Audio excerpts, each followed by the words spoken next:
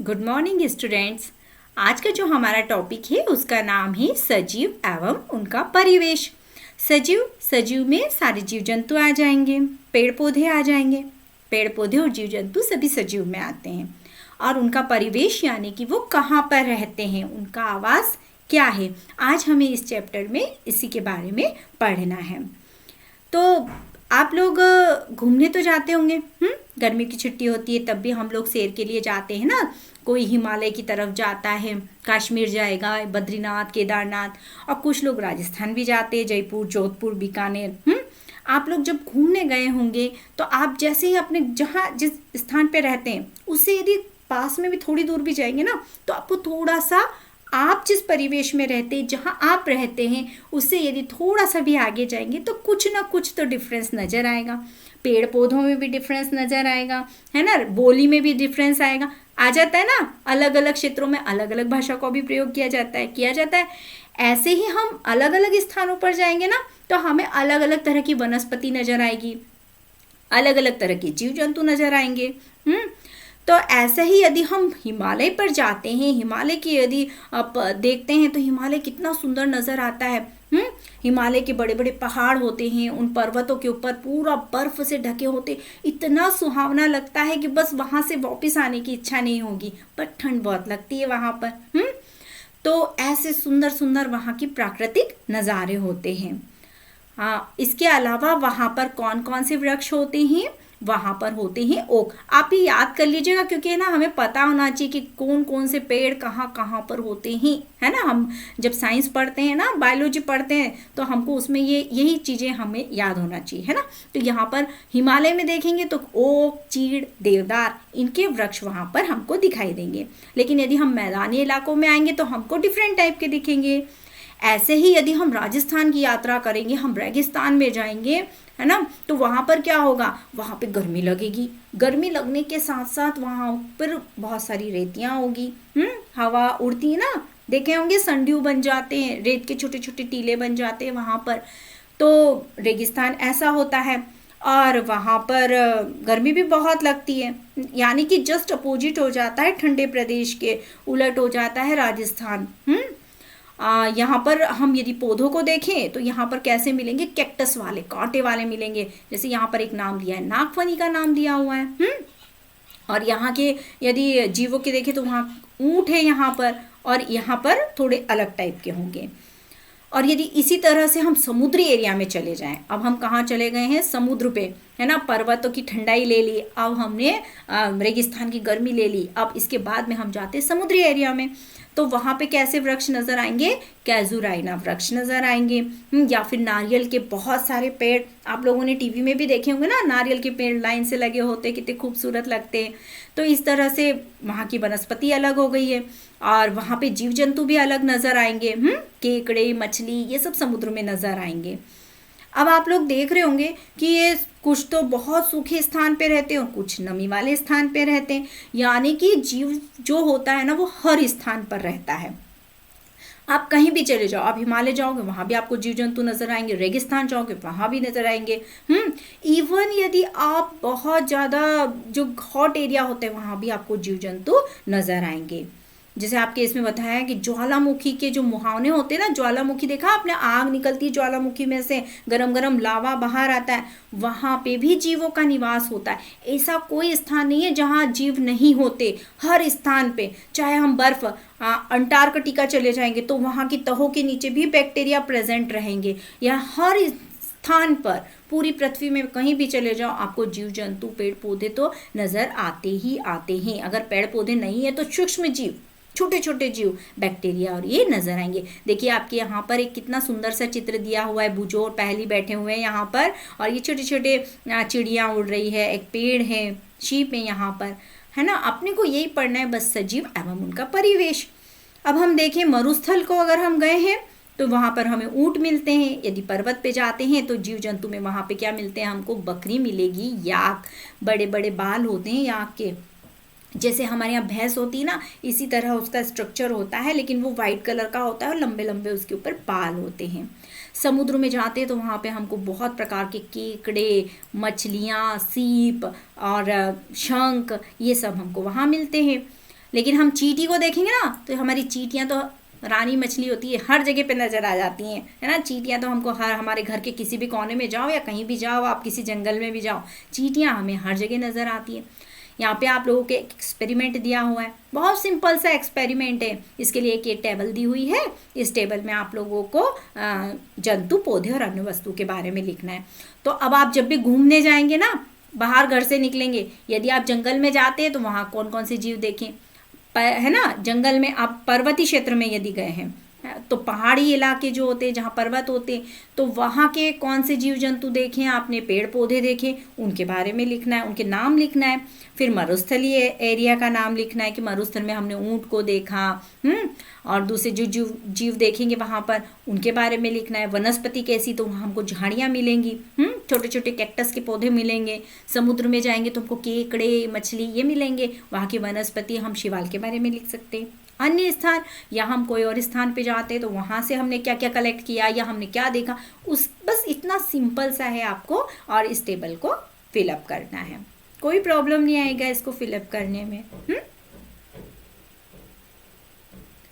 ठीक, तो ये वाली आपकी कंप्लीट हो जाएगी। अब इसके बाद में हम देखेंगे कि जैसे जैसे हम यात्रा को आगे बढ़ाएंगे तो हमें और मज़े आएंगे। अब यहाँ पर हम देखें समुद्री आवास के बारे में देखते हैं। पहले हम ये समझ लेते हैं कि जो समुद्री जल होता है वो कैसा होता है। तो समुद्री जल कैसा होता है, लवणीय जल होता है। ये इसको समझिए पहले आप, कैसा होता है समुद्री जो जल होता है वो लवणीय जल होता है, यानी कि खारा पानी होता है, इसमें नमक की मात्रा ज़्यादा होती है। नमक मतलब लवण, जो लवण होते हैं ना छोटे छोटे से, वो बहुत सारे इसमें डिपॉजिट होते रहते और ये पानी कैसा हो जाता है, एकदम खारा, है ना, इसे लवणीय जल कहते हैं। और जो सामान्य हमारी नदी और तालाब में मिलता है ना, वो पानी कैसा होता है, मीठा पानी होता है, अलवणीय जल उसे हम कहते हैं। अब जो जीव जंतु यहाँ समुद्र में निवास करते हैं ना, वो जल में विलय वायु का प्रयोग करते हैं। अब यदि हम मरुस्थल पे जाते हैं तो मरुस्थल में क्या होता है, वहाँ पे पानी की मात्रा बहुत कम होती है, बहुत गर्म होता है दिन के समय में। कई जगह पर तो देखते हैं हम लोग 50 डिग्री तक टेम्परेचर हो जाता है, और रात में कितना होता है, एकदम 0 पे पहुँच जाएगा, बहुत कम हो जाता है।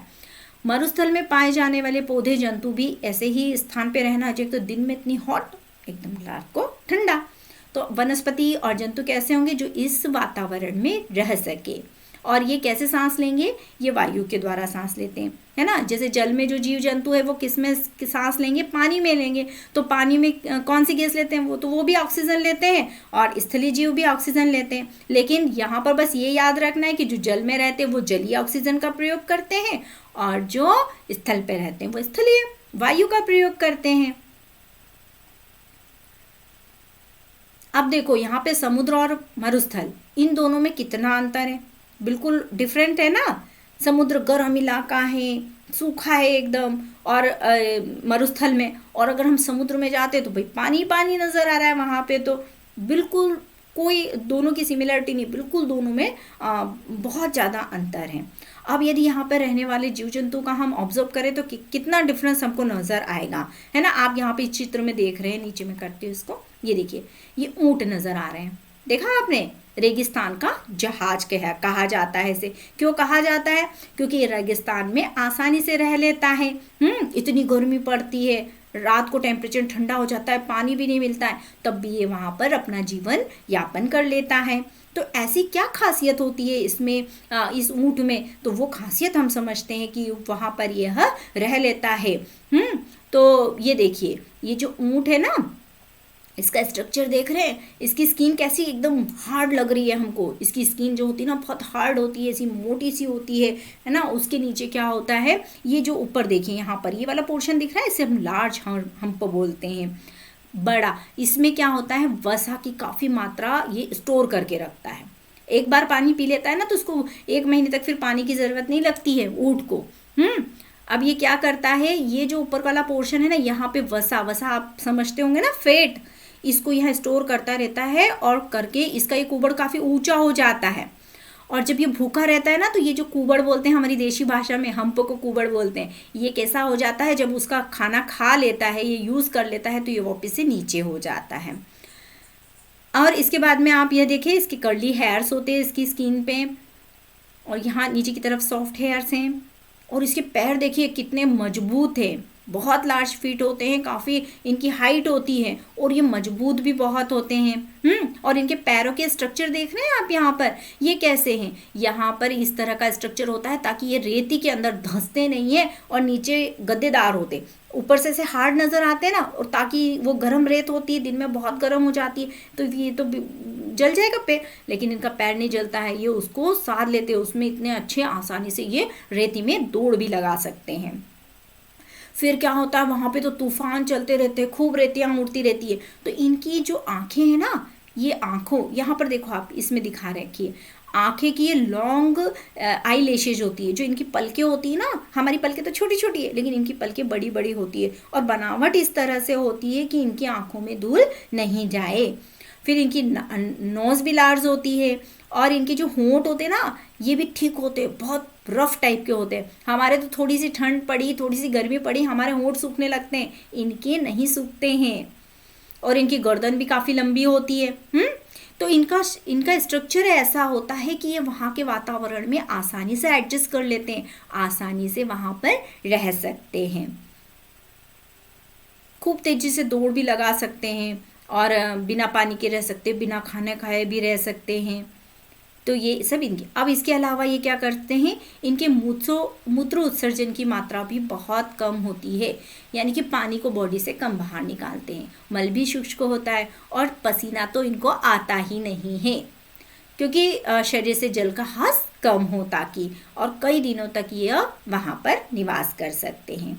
ऐसा ही यदि हम समुद्र में जाएं, अभी हमने मरुस्थल की बात कर ली, अब हम समुद्र में होती है मछलियाँ, है ना। तो ये जो विभिन्न प्रकार की मछलियाँ यहाँ चित्र में भी शो हो रही है, देखिए ये एक्वेरियम का है, एक्वेरियम के अंदर बहुत सारी मछलियाँ हैं यहाँ पर। तो अब इन मछलियों के बारे में हम जानते हैं। सबसे पहले हम देखेंगे इनकी आकृति कैसी होती है, ये ऐसी होती है ना, लंबी सी, इस चित्र में दिख रहा है, और भी चित्र दिखाती हूँ मैं आपको खूबसूरत से। देखो यहाँ कितनी सुंदर सुंदर मछलियाँ हैं, देख के मजे आ जाएंगे, है ना। ये मछली कितनी खूबसूरत नज़र आ रही है। इसकी बॉडी स्ट्रक्चर देखो आप कैसा है, इस तरह का धारा रेखित है, ताकि ये पानी को आसानी से कट कर सके।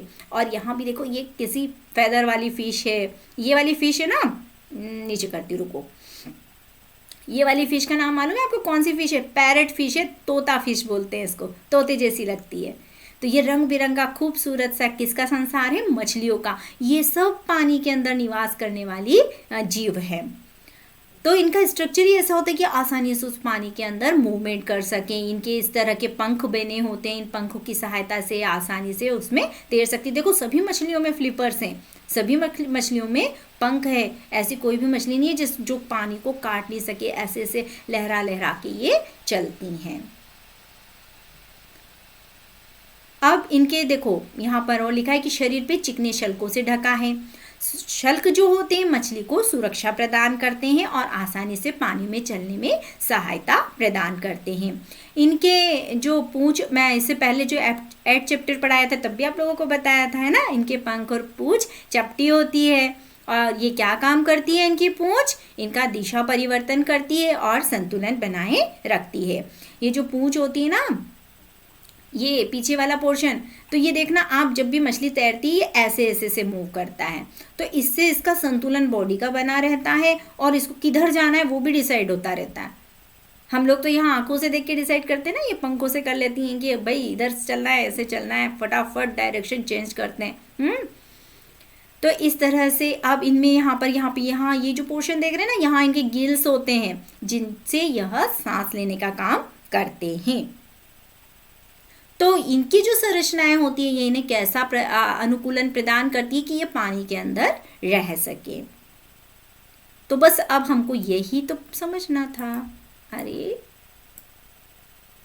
हमें क्या समझना था, यही अनुकूलन समझना था कि ऐसे जीवों की शरीर की ऐसी संरचनाएं जो उन्हें उस वातावरण के अनुसार ढालने हेतु बनी हो, उस वातावरण में वो रह सकें, अपना जीवन यापन कर सकें, है ना, वो उनका अनुकूलन कहलाता है।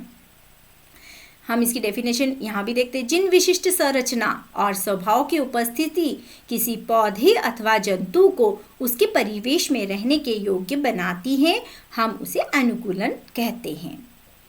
विभिन्न जंतु विभिन्न परिवेश के प्रति अलग अलग रूप से अनुकूलित हो सकते हैं।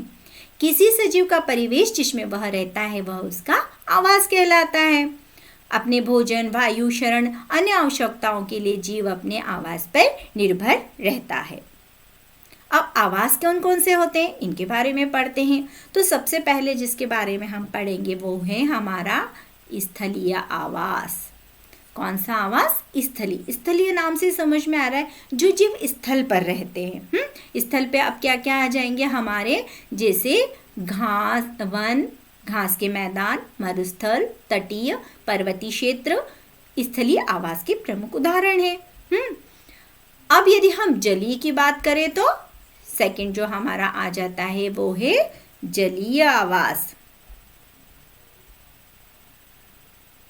तो जलीय आवास में क्या आएगा? जलाशय, दलदल, झील, नदियां, समुद्र, जहां पर पौधे और जंतु रहते हैं वो से हम उसका जलीय आवास कहते हैं। विभिन्न वनों, घास मैदान, मरुस्थल, तटीय, पर्वतीय क्षेत्रों में कुछ अलगताएं होती हैं और सब विषमताएं होती हैं बहुत सारी। यह सभी जलीय आवास के लिए भी सत्य है। अब एक पॉइंट और आ जाता है। अब आप आवास तो समझ गए ना, दो आवास, जो स्थल पे रहते वो स्थलीय जीव, जो जल में रहते वो जलीय जीव। अब यहाँ पर आ जाते हैं जैव घटक। ये आपको बहुत हायर क्लासेस तक पढ़ना है, 12th तक तो पढ़ना ही, उसके बाद सब्जेक्ट चेंज कर ले तो बात अलग है। जैव घटक है ना। तो अब जैव घटक के बारे में पढ़ेंगे। किसी आवास में पाए जाने वाले जीव जैसे पौधे और जंतु उसके जैव घटक होते हैं। और अजैव घटक, अब सेकंड वाला जो हम देखते हैं ना, घटक दो प्रकार के हो गए। पारिस्थितिक घटक है ये, एक जैव और एक अजैव। इसको आप यदि अभी 6th क्लास में अच्छे से समझ लोगे तो आपके फ्यूचर में कभी कोई प्रॉब्लम नहीं आएगी। क्योंकि आप जैसे 6, 7, 8, 9, 10, 11, 12 लास्ट की जो यूनिट होती है ना वो इकोसिस्टम पे होती है, पारिस्थितिकी पे बहस होती है, और उसमें बस यही समझना जरूरी होता है। बस इसी को थोड़ा थोड़ा डिटेल करके पढ़ाया जाता है। तो यहाँ पर हम देख रहे हैं तो जीव जितने भी हैं, सजीव जो है ना, पेड़ पौधे जंतु, वो सब जैव घटक में आएंगे। अजैव घटक में क्या क्या आ जाएंगे? चट्टान, मिट्टी, वायु, जल, प्रकाश, है ना, सूर्य का प्रकाश, ये भी आएगा। ये सब निर्जीव घटक होते हैं। ये सब क्या है? अजैव घटक है। सूर्य के प्रकाश, ऊष्मा भी अजैव घटक के अंतर्गत आते हैं। हम जानते हैं कि पौधे बीज से उगते हैं। अंकुरित करने के और पौधे बनने की प्रक्रिया में अजैव कारकों की महत्वपूर्ण भूमिका होती है। देखो, हम सब जीवित हैं ना, लेकिन क्या हम अजैव घटकों के बिना रह सकते हैं? क्या हम बिना सूर्य के प्रकाश के रह सकते हैं? नहीं। क्या बिना पानी के रह सकते हैं? नहीं। और नहीं हम बिना हवा के रह सकते हैं। 2 मिनट नोज बंद कर लो। क्या हो गया? दम घुट रहा है ना। तो सभी जीव जंतु जितने भी हैं उन्हें इन सब अजैव घटक के साथ रहना होता है।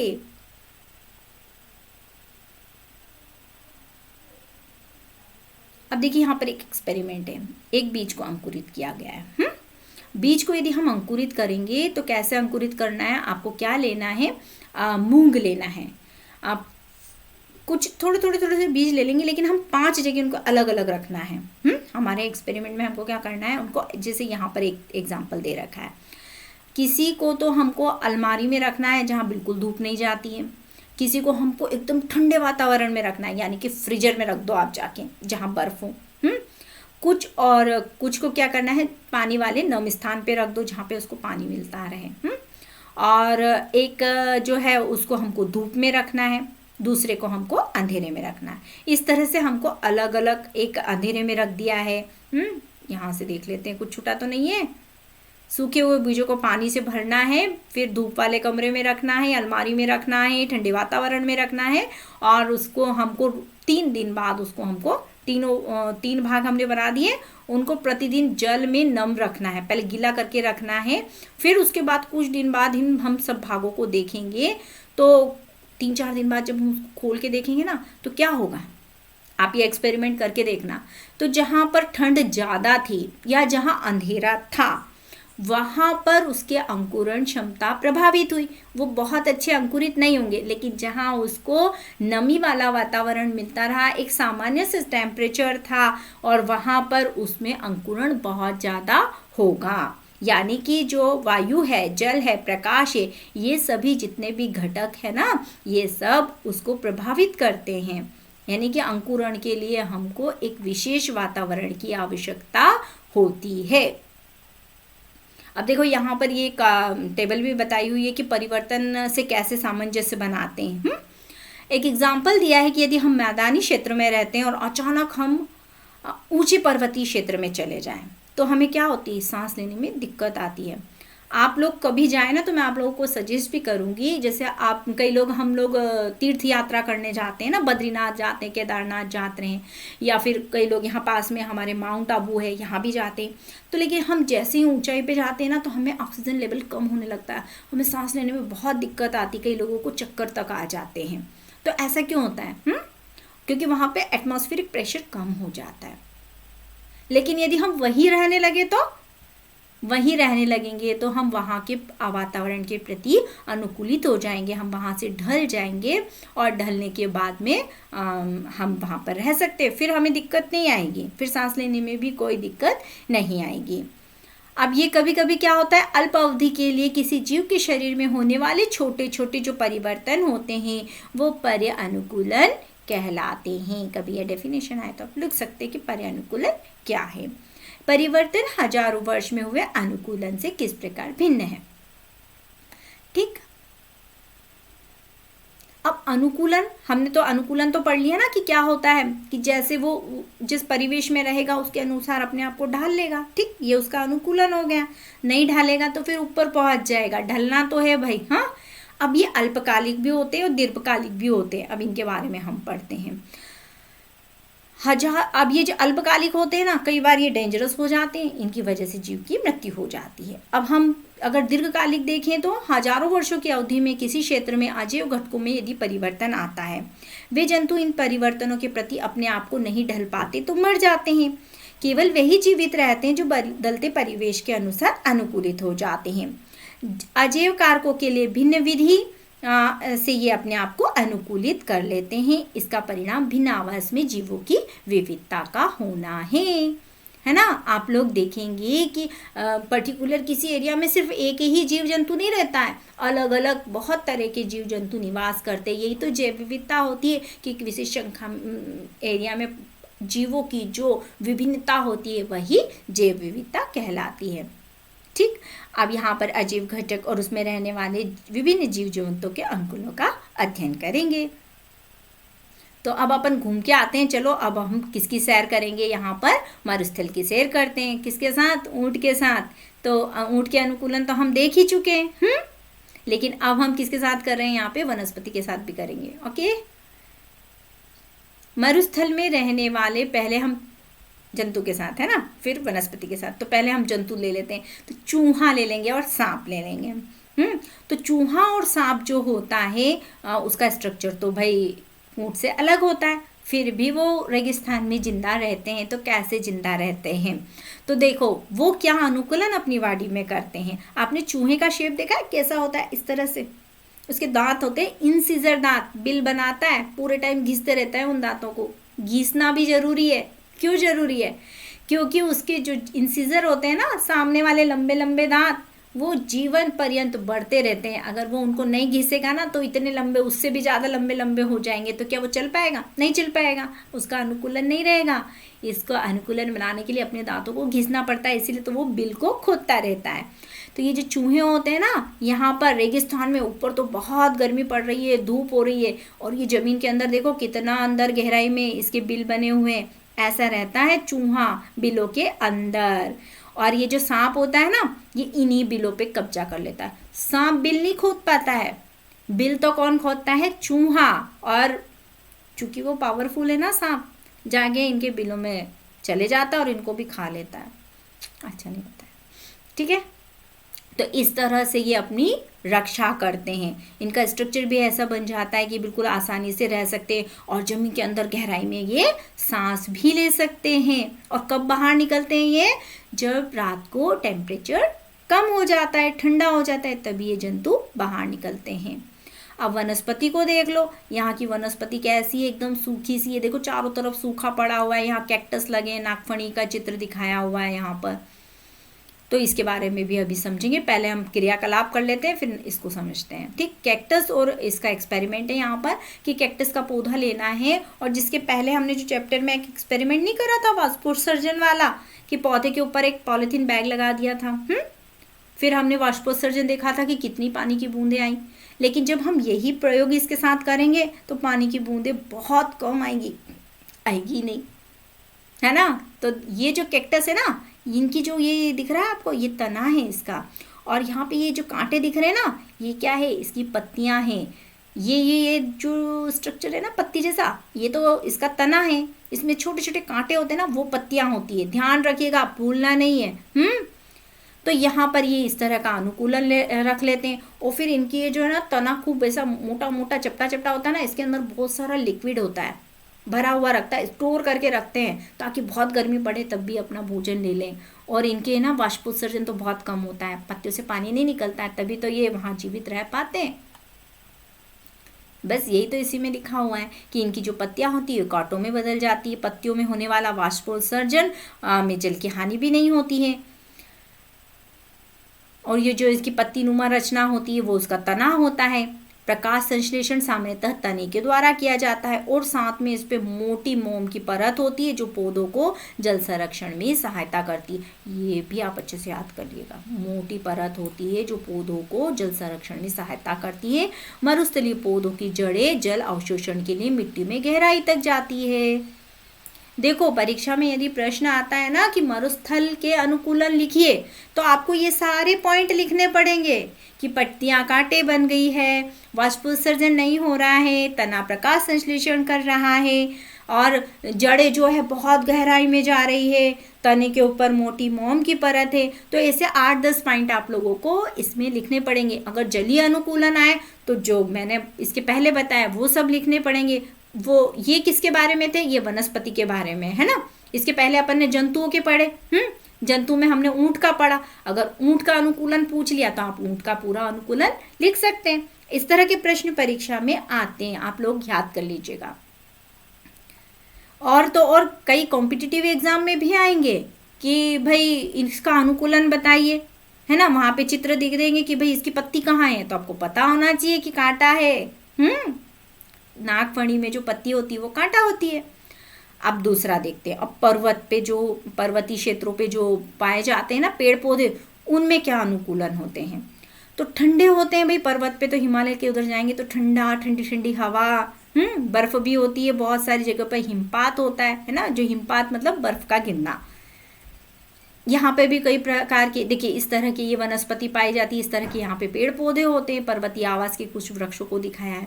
देखो यहाँ भी मैं चित्र में दिखाती हूँ आपको, बड़ा खूबसूरत दिखेगा ये कैक्टस की अलग अलग प्रजाति है। यहाँ देखिए ये जो नज़ारा दिख रहा है ना आपको, ऐसे गोल गोल गोल गोल, ये क्या है, इसका तना। और ये जो कांटे दिख रहे हैं इसकी पत्तियां हैं, और इन पे फूल भी खिलते हैं। रतलाम के पास सैलाना जगह है ना, वहाँ पर इसका कैक्टस गार्डन बहुत खूबसूरत है। इसी तरह के सारे वहाँ पे पौधे आपको नजर आएंगे, आप घूम कर आइएगा, सैर कर आइएगा। हाँ, तो यहाँ पर देखिए, यहाँ पर भी ये अलग अलग वैरायटी के हैं। कई लोग तो घर में इनको सजावटी पौधों के रूप में भी सजा कर रखते हैं। ये सब कैक्टस के फूल है, कितने सुंदर लग रहे हैं। ये नागफनी को देखो, चपटा सा तना है, कांटे निकल रहे हैं, और इसमें भी फूल, ये येलो है, रेड भी निकलता है इसमें से, बड़े ही सुंदर सुंदर हैं। लेकिन हम ये कहाँ के हैं, ये सब रेगिस्तानी है। अब वो हम शौक से हमारे घरों में लगा लेते हैं, वो बात अलग है, लेकिन ये पाए कहाँ जाएंगे, मरुस्थल में। अब ये वाले जो लंबे लंबे ऊंचे ऊंचे पेड़ देख रहे हैं, ये कहाँ है, पर्वतीय वन है। ओक, चीड़, हमने जब स्टार्टिंग करी थी तब नाम पढ़े थे ना, देवदार के वृक्ष, ये सब लंबे लंबे वृक्ष जो हैं वो सब पार्वतीय क्षेत्रों में पाए जाते हैं। और ये कैसे अडॉप्टेड होते हैं वो अब अपन पढ़ते हैं, ये तो अपन पढ़ चुके हैं, अब इसके बारे में भी तो पढ़ेंगे। वृक्ष आवास के विभिन्न परिस्थितियों के लिए अनुकूलित होते हैं। ये कैसे होते हैं, शंखाकार। आपने क्रिसमस ट्री देखा होगा ना, क्रिसमस ट्री जो इस तरह का शेप लिए होता है, तो ये शंखाकार होते हैं। मैं बना के भी बताती हूँ आपको।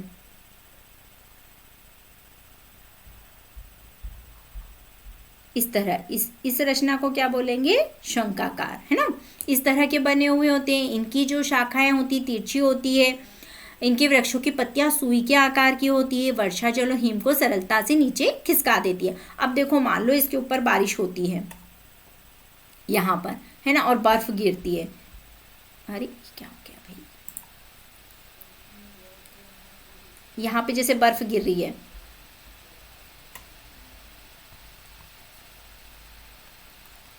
तो क्या होगा, यहाँ से धीरे पौधे पे गिरी ना, तो ये साइड से नीचे हो जाएगी। इनकी पत्तियां कैसी होती है? नुकीली होती है। नुकीली होने से इन पे पानी ठहरता ही नहीं है। बर्फ भी गिरेगा तो ऐसे, और कई पौधे ऐसे होते हैं जो अपने पत्ते गिरा देते हैं, पूरे पत्ते उनके गिर जाते हैं, तो बर्फ गिरी तो कोई फर्क नहीं पड़ा, फिर नई पत्तियां आ जाती हैं उनमें। और कुछ ऐसे होते हैं कि उनकी जो पत्तियां होती है बिल्कुल नुकीली पॉइंटेड होती है, ताकि उनके ऊपर बर्फ ठहरे ही नहीं और नीचे गिर जाए, पानी भी नहीं ठहरे। तो विभिन्न आकृति वाले होते हैं। पर्वतीय वन जीवंत रहने के लिए कुछ अनुकूलन अपने आप में ही बना के रखते हैं। अब जंतु के बारे में देखेंगे यहाँ पर देखो, शेर, ये वाला कहाँ पर रहता है? ये हिम तेंदुआ कहलाता है। क्या कहलाता है? ये हिम तेंदुआ। ये सफ़ेद कलर का दिख रहा है ना, क्यों? देखो, जहाँ भी बर्फ होगी ना, वहाँ के जानवर मोस्टली सफ़ेद कलर के ही होते हैं, ताकि वो वहाँ पर छुप जाए तो किसी को नज़र ना आए। वहाँ पे आप लोमड़ी को देखेंगे तो छोटी सी वाइट कलर की रहेगी। बहुत सारे बाल भी होते हैं इनकी बॉडी पे। जितने भी ठंडे एरिया में रहने वाले जीव जंतु होते हैं उनकी बॉडी पे बहुत सारे बाल होते हैं। ये याक का भी दिखाया है, ये देखिए, ये वाइट वाला। बकरियाँ भी रहती है, वाइट कलर की होती है। मोस्टली ये ब्लैक है, लेकिन ये भी वाइट कलर के भी होते हैं। तो इनके ऊपर बहुत सारे बाल भी होते हैं। क्यों होते हैं? ताकि वहाँ पे ये आराम से छुप सके, रह सकें। और बाल मोटे मोटे क्यों होते हैं? खूब सारे, ताकि ठंड से ये अपने आप को बचा सके। शरीर को गर्म रखने के लिए याक का शरीर लंबे बालों से ढका होता है।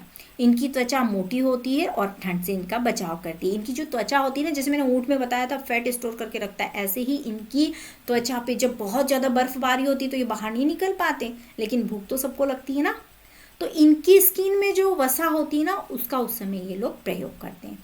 और इनकी श्वसन दर भी कम हो जाती है, सांस भी थोड़ी धीमी लेने लगते हैं ये। अच्छा, पहाड़ी तेंदुए के शरीर पे फर होते हैं। बर्फ पे चलते समय पैरों को ये ठंड से बचाते हैं। पहाड़ी जो बकरी होती है मजबूत खूर होती हैं, चट्टानों पर दौड़ने के लिए अनुकूलित होती है। पर्वतीय क्षेत्रों में जैसे जैसे ऊपर चढ़ते जाते हैं इनका वातावरण चेंज हो जाता है और अनुकूल में विविधता नजर आती है। अब यदि हम मैदानी एरिया में आ जाए तब क्या होगा? मैदानी यानी कि घास स्थल जो होते हैं वहाँ पे शक्तिशाली जंतुओं का राज होता है। यहाँ पे मटमैले हल्के भूरे रंग के होते हैं, जैसे शेर और हिरण यहाँ पर पाए जाएंगे। इनकी बनावट भी आप देखेंगे, शेर के पैर में नाखून होते हैं लंबे लंबे, और पद भी देखेंगे, अपने फुटप्रिंट्स देखे होंगे। इसी से तो गिनती करते हैं कि जंगल में कितने शेर हैं। फिर इनके जीवन यापन करने में इनका कलर, इनका जो बॉडी स्ट्रक्चर है वो उनकी हेल्प करता है, क्योंकि मैदानों में ये उसके द्वारा आसानी से छिप सकते हैं। ये देखिए यहाँ पे शेर का चित्र है, देखिए कलर भी सेम टू सेम है। अब इन दोनों में अंतर क्या होगा कि ये इसकी बनावट देखेंगे ना हम हिरण की, तो इसके देखिए लंबे लंबे पैर है ताकि आसानी से दौड़ सकें, क्योंकि इसके दांत तो है नहीं, ये तो शाकाहारी होता है। तो अपना बचाव कैसे करेगा? तो ये जैसे शेर को देखेगा ना, दुम दबाकर भाग जाएगा और तो कुछ नहीं कर पाएगा। और शेर का स्ट्रक्चर देखो, शेर कैसा होता है, दहाड़ता है जब मम्मी डर जाते। तो इस तरह से इनकी बनावट होती है कि ये वहाँ के एरिया में सरवाइव कर सकें। फिर हम कुछ जलीय आवास के देखेंगे। जलीय आवास यानी कि समुद्र में कैसे जीव जंतु रहते हैं, तो वो उस हिसाब से अनुकूलित होते हैं। उनका शरीर कैसा होता है, ये वाली लाइन तो आप अच्छे से याद कर लीजिए। उनका शरीर धारा रेखित होता है, समुद्री जल में सुगमता से चल लेते हैं। लेकिन कुछ ऐसे होते हैं जिनका बॉडी धारा रेखित नहीं होता, जैसे स्क्विड्स, ऑक्टोपस। इनका कैसा होता है, मोटा सा ऑक्टोपस के तो 8 पैर होते हैं, देखे ना ऑक्टोपस का चित्र, तो उसके 8 लेग्स होते हैं। एक स्क्विड होता है, उसके 10 होते हैं, 10 भुजाएं होती है स्क्विड की, ऑक्टोपस की 8 होती है। तो ये इनका शरीर, तो फिर ये कहाँ पर रहेंगे, तो ये बॉटम में रहते हैं, जो तला होता है ना उस पर ये लोग निवास करते हैं। पानी के अंदर जो ज़मीन होती है ना, वहाँ पर ये रहेंगे। बहुत सारी ऐसी काइट फिश बोलते हैं ना, इलेक्ट्रिक रे, उसकी बॉडी आप देखना पतंग जैसी होती है, करंट मारती है वो मछली, छूना नहीं कभी भी। लेकिन वो गहराई में नीचे की ओर रहते हैं। इनमें श्वसन के लिए गिल्स होते हैं। अब देखो यहाँ पर अभी तो मैंने कहा ना, जितने भी पानी में रहते हैं वो पानी के ऑक्सीजन से सांस लेते हैं गिल्स के द्वारा। लेकिन यहाँ पर क्या लिखा है, यहाँ पे लिखा है डॉल्फिन और व्हेल, इनमें गिल नहीं होते। ये मछली भी नहीं होती है, पता है ये क्या है, ये स्तनपायी है, मैमल्स में आती है ये। इनमें गिल नहीं होते हैं, इनमें क्या होते हैं, लंग्स होते हैं, नासा द्वार तथा वात छिद्रों के द्वारा सांस लेते हैं। ये सिर पर स्थित नासा द्वार, जैसे हमारी नाक है ना, ऐसे नाक होती है इनकी भी, सांस लेते हैं। जल में लंबे समय तक बिना सांस लिए रह सकते हैं, सांस लेने के लिए इनको ऊपर आना पड़ता है। वे समय समय पर समुद्री सतह पर आकर श्वसन छिद्रों द्वारा जल बाहर निकालते हैं और श्वास द्वारा वायु अंदर लेते रहते हैं। आप लोगों ने डॉल्फिन को तो देखा ही होगा ना, गैमफिश बोलते हैं, ऐसे पानी में जंप मारती है। टीवी में देख लेना, कई बार दिखाते हैं, ऐसे जंप मारती है, गैमफिश भी बोलते हैं इसको। फिर तालाब और झील में रहने वाले जीव जंतु, तो तालाब में भी हम देखते हैं तो कई प्रकार की पत्तियां, तने, जड़ें किस प्रकार से व्यवस्थित होती है ये भी देख लेते हैं। देखिए यहाँ पे तालाब में जो पेड़ पौधे हैं उनका स्ट्रक्चर बताए हैं, तो अलग अलग तरह के रहते हैं। 3 तरह के इसमें दिखाए हुए हैं, जो एक पानी में पूरे डूबे हुए हैं। ये वाला जो पौधा आप लोगों को दिख रहा है ना, ये पानी में पूरा डूबा है। और पानी में इसकी जो जड़ें वो कहाँ जा रही है, पूरी इस जमीन के अंदर। ये पूरा तालाब भरा है, तालाब के अंदर तो जल निमग्न हो गया, पूरा डूब गया ये पानी के अंदर। फिर ये इसको देखें तो ये सतह पर तैर रहा है, इसकी जड़ें तो कहाँ, देखो पानी में ही तैर रही है। और ये वाला कैसा है, इसकी जड़ें तो अंदर जा रही है, लेकिन इसकी जो फूल पत्तियां जो है ना, ये वाले फूल स्ट्रक्चर, ये पानी से बाहर आ गए। इसके भी बाहर है, लेकिन इसकी जड़ अंदर नहीं जा रही। और ये वाला कैसा है, ये पारा पूरी तरह पानी में डूबा हुआ है। तो इनके स्ट्रक्चर ही इस तरह से होते हैं कि ये वहाँ पर रह सके, इनके अनुकूलन इस तरह से होते हैं। तो ये 3 तरह के पौधे मैंने दिखाया। तो देखिए यहाँ पर ये इसकी जड़ें अंदर जा रही है, तो ये इसी तरह से अनुकूलित है। अब इनमें क्या खासियत होती है कि पानी के अंदर आसानी से रह सकते हैं। तो इनका जो तना होता है वो लंबा, खोखला, हल्का होता है। जल की सतह पर वृत्तियां करता है। पत्तियां और फूल जल की सतह पर प्लवन करते हैं, यानी कि तैरते रहते हैं। और इनमें ना वायु कोश पाए जाते हैं ताकि ये हल्के रहें और पानी में आसानी से तैरते रहें।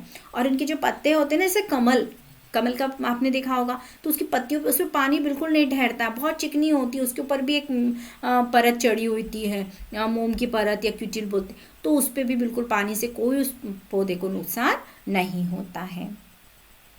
कुछ पौधों की पत्तियां सकरी तथा पतले रिबन जैसी हुई होती है, बहते हुए सरलता से आसानी से मुड़ जाती। पानी आ रहा है तो कि ठीक है, हम भी झुक जाते हैं, पानी तो हमारे ऊपर से निकल जाए, कोई प्रॉब्लम नहीं होगी, है ना। तो ये इस तरह से अपना अनुकूलन बना लेते हैं ताकि ये पानी के अंदर आसानी से सरवाइव कर सके। अब पानी में एक और कौन रहता है, मेंढक, है ना। मछली तो रहती है, लेकिन ये मेंढक की खासियत क्या है कि ये जल और स्थल दोनों पर रहता है, यानी कि ये कैसा होता है, नेचर से उभयचर प्रकृति का होता है और जल और स्थल दोनों पर ये निवास करता है। लंबे मजबूत पैर होते हैं ताकि ये छलांग लगा सके और अपने शिकार को आसानी से पकड़ सके। और पानी में तैरने के लिए, बाहर रहने के लिए तो छलांग लगाएगा स्थल पे, लेकिन पानी में तो इसको तैरना पड़ेगा, तो इसके जो पैर होते हैं उनमें जाल होता है, उनकी सहायता से ये आसानी से पानी में भी तैर सकता है। यहाँ एक और एक्सपेरिमेंट है, उसमें क्या करना है, आपको पत्तियों का एल्बम बनाना है। अलग अलग जगह से अलग अलग पत्तियों को कलेक्ट करना है और उसका आप एक एल्बम बना सकते हैं। अब इसके अलावा भी हम बहुत तरह के जीव जंतु को देख सकते हैं, बहुत तरह के वृक्षों को देख सकते हैं, जैसे आरोही लता, विसर्पी लता, छोटे बड़े जंतु, पक्षी, सर्प, कीट, इन सब के बारे में हम जानकारी ले सकते हैं ना।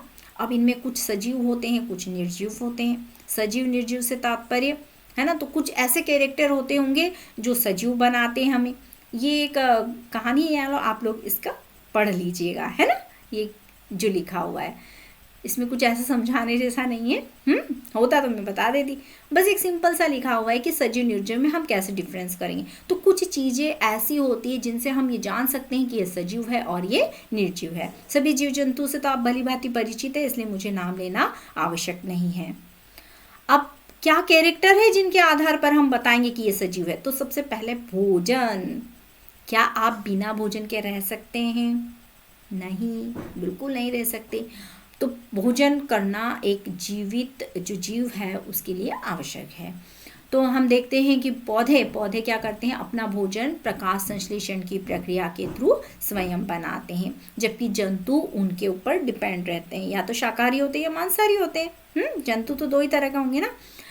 तो पेड़ पौधे तो खुद अपना खाना बनाते हैं और जीव जंतु जो होते हैं उनको खाते हैं। नेक्स्ट इसमें हो जाता है वृद्धि। सभी जीव जंतु जो होते हैं वो अपनी ग्रोथ करते हैं, अपनी वृद्धि करते हैं। निर्जीवों में होती है क्या? निर्जीवों में होती है, लेकिन सतह पर होती है। कैसे सतह पर होती है? तो हम देखेंगे एक पहाड़ है, उसके ऊपर और मिट्टी आ गई है, तो ऊपर से उसके ऊपर और मिट्टी आ जाएगी तो उसकी वृद्धि हो गई। भाई पहले छोटा पहाड़ था, भाई अब तो बड़ा पहाड़ हो गया, लेकिन उसके इंटरनल कोई ग्रोथ नहीं होती, अंदर से कोई ग्रोथ नहीं होती है। लेकिन हम एक छोटा सा बच्चा लेंगे या छोटा सा बीज लेंगे, है ना, कितना सुंदर होता है छोटा बेबी, है ना, फिर धीरे धीरे बड़ा होकर आप भी छोटे छोटे हो ना, छोटे बेबी से थोड़े बड़े बेबी हो गए, अब फिर और बड़े हो जाओगे। तो आप लोगों में ग्रोथ हो रही है ना। छोटा सा एक हम कुत्ते का पिल्ला लेंगे, वो भी बड़ा होगा। तो ये ग्रोथ होती है, इंटरनल ग्रोथ हो रही है। तो सजीवों का क्या लक्षण है कि उनमें अंदर से ग्रोथ होती है, उनमें विकास होता है। फिर यहाँ पे सांस लेना भी सजीवों का लक्षण है। हम कौन सी गैस? ऑक्सीजन गैस को अंदर लेते हैं और कार्बन डाइऑक्साइड को बाहर निकालते हैं। तो ये हो गया अपना सांस लेना। सभी जितने भी जीव जंतु है सांस लेते हैं, पेड़ पौधे हैं वो भी सांस लेते हैं, हम जैसे लेते हैं ऐसे पेड़ पौधे भी सांस लेते हैं। फिर और देखते हैं, गैस एक्सचेंज भी यहाँ लिखा हुआ है कि जो केचुआ होता है वो त्वचा से सांस लेता है, मछली जो होती है गिल से सांस लेती है, पौधे भी श्वसन करते हैं, इनमें छोटे छोटे रंध्र होते हैं जिन्हें हम स्टोमेटा कहते हैं। अब यहाँ पर देखें तो सभी जो जीव होते हैं ना सभी श्वसन करते हैं। अच्छा ये थोड़ा सा रह गया है, इसको भी बता देते हैं, ये वाला पोर्शन। ये एक अंडे से स्फुटित होकर चूजा मुर्गी वृद्धि करके मुर्गा मुर्गी को बना लेता है। बस ये वृद्धि के बारे में ही बताया है ना, ये थोड़ा सा छूट गया था। तो ये वृद्धि के बारे में हम समझ ही चुके हैं कि सब एक छोटा सा बड़ा होगा, ठीक। उसके बाद में सजीव श्वसन करते हैं, ये अपन पूरा समझ चुके हैं। अब सजीवों में उद्दीपन के प्रति अनुक्रिया होती है ना। कैसे अनुक्रिया होती है? जैसे एक हम पौधा लेंगे और उसको हम हमारी खिड़की के पास रख देंगे, थोड़े दिन बाद देखना क्या होगा, वो जो पौधा है ना उसकी सारी जो डंडियां हैं, ऊपर की जो तने हैं, फूल है, वो सब किस तरफ जाने लगेंगे? जिधर से प्रकाश आ रहा है। तो यही तो अनुक्रिया है, यही तो उद्दीपन है कि भाई उसको पौधे को तो ग्रो करने के लिए प्रकाश चाहिए ना, तो वो किस ओर जा रहा है? वह प्रकाश की ओर गति कर रहा है। तो यहाँ पर हम इसको इस तरह से समझ सकते हैं कि अपना प्रिय व्यंजन, तेज प्रकाश, कांटा स्थितियों के लिए बाह्य वातावरण में होने वाले परिवर्तनों का उदाहरण है। हम इस प्रकार के परिवर्तनों के प्रति अनुक्रिया करते हैं। वातावरण में होने वाले इन परिवर्तनों को क्या कहते हैं? उद्दीपन कहते हैं। अच्छा यहाँ पर ये जो बताया है, देखो एक और चीज इसमें बताई है कि हम जैसे ही तेज धूप में जाते हैं तो हमारी आंखें एकदम से झपक जाती है। तो ये भी क्या है? हमारा अनुक्रिया है उद्दीपन के प्रति। इसी तरह कई जीव जंतु में भी होती है कि जैसे खाना देते समय जंतु जो होते हैं उनके व्यवहार को आप देखेंगे तो कैसे वो हिलने लग जाते हैं। डॉगी को देखना कैसे वो अपनी पूंछ हिलाने लग जाता है। और कई जानवर ऐसे होते हैं जो तेजी से प्रकाश देखते हैं तो वो भाग जाते हैं। एक कॉकरोच को देखना, जैसे आप लाइट, आजकल के कॉकरोच तो वैसे बिगड़ चुके हैं, वो लाइट में भी घूमते रहते हैं, सरवाइव करते हैं। लेकिन एक जनरल जो हम कहें तो जो कीड़े को देखते हैं हम, यहाँ कॉकरोच का लिखा है लेकिन आप देखना रात के समय में बहुत सारे जो कीड़े होते हैं ना वो लाइट की ओर अट्रैक्ट होते हैं। यहाँ पर कॉकरोच क्या हो रहा है? लाइट जैसे चल रही है वैसे भाग रहा है, गायब हो रहा है, छुप रहा है, क्योंकि उसका नेचर कैसा है? रात्रिचर है। वो कॉकरोच होता है ना, वो रात्रिचर होता है, अंधेरे में निवास करने वाला होता है। तो जैसे ही लाइट ऑन करते हैं ना वो छुप जाता है अपने बिलों में जाके, दरारों में जाकर। लेकिन बहुत सारे जो कीड़े मकोड़े होते हैं जैसे ही लाइट ऑन करते हैं वो हमारे घर की तरफ आने लगते हैं। तो ये प्रकाश के प्रति उनकी अनुक्रियाएं होती हैं। कुछ जो पौधे होते हैं वो केवल रात्रि में ही खिलते हैं, कुछ पौधे सूर्यास्त के बाद बंद हो जाते हैं, पत्तियां छूने पर अचानक से मुरझा जाती हैं। ये वाला एक्सपेरिमेंट भी हमने देख लिया पौधे वाला।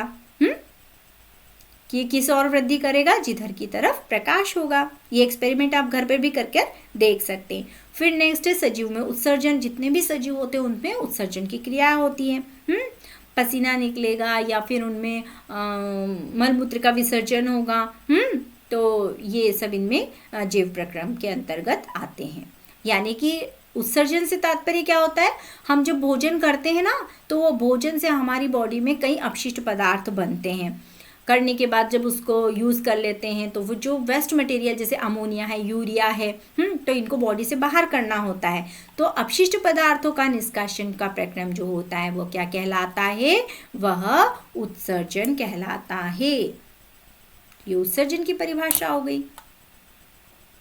इस प्रक्रम में हानिकारक और वैशाल्य पदार्थ बनते हैं। इन अपशिष्ट पदार्थों को विशेष भागों में संग्रहित किए लिया जाता है और इनको बाहर बॉडी से कर दिया जाता है। फिर सभी सजीव जो होते हैं वो प्रजनन करते हैं, मतलब सब अपने जैसे छोटे छोटे बेबी को जन्म देते हैं, चाहे चिड़िया हो, तितली हो, है ना, कबूतर हो या तोता हो, कोई सा भी सब होंगे, सबके छोटे छोटे बेबी होते हैं। सब रिप्रोडक्शन करते हैं। पेड़ पौधों को लो, देखो यहाँ पे कितना अच्छा अच्छा चित्र दिखाया है। ये चिड़िया का दिखाया है, इसने अंडे दिए, इसमें से छोटी छोटी चिड़िया बाहर आई है। और यहाँ पे देखो ये एक मम्मी है, ये अपने पपी को मिल्क फीड करवा रही है। इस किटन को देखो, ये बिल्ली के छोटे छोटे बच्चे, गाय का छोटा सा बछड़ा, यानी कि सब रिप्रोड्यूस कर रहे हैं। यहाँ पे हम पेड़ पौधों को देखेंगे तो पेड़ पौधों में भी रिप्रोडक्शन होता है, इनके भी बीज बनते हैं, फिर बीज से वापस से पौधे का निर्माण होता है।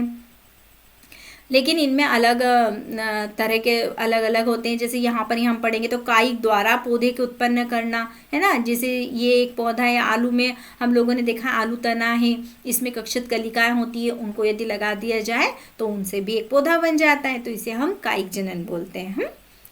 तो ये इस प्रकार से पौधे भी अपने ही जैसे नए बीजों को जन्म देते हैं, जिनसे नए पौधे का निर्माण होता है, तो इनमें भी रिप्रोडक्शन हो गया। कलम लगाना, पौधों की कलम भी लगा सकते हैं।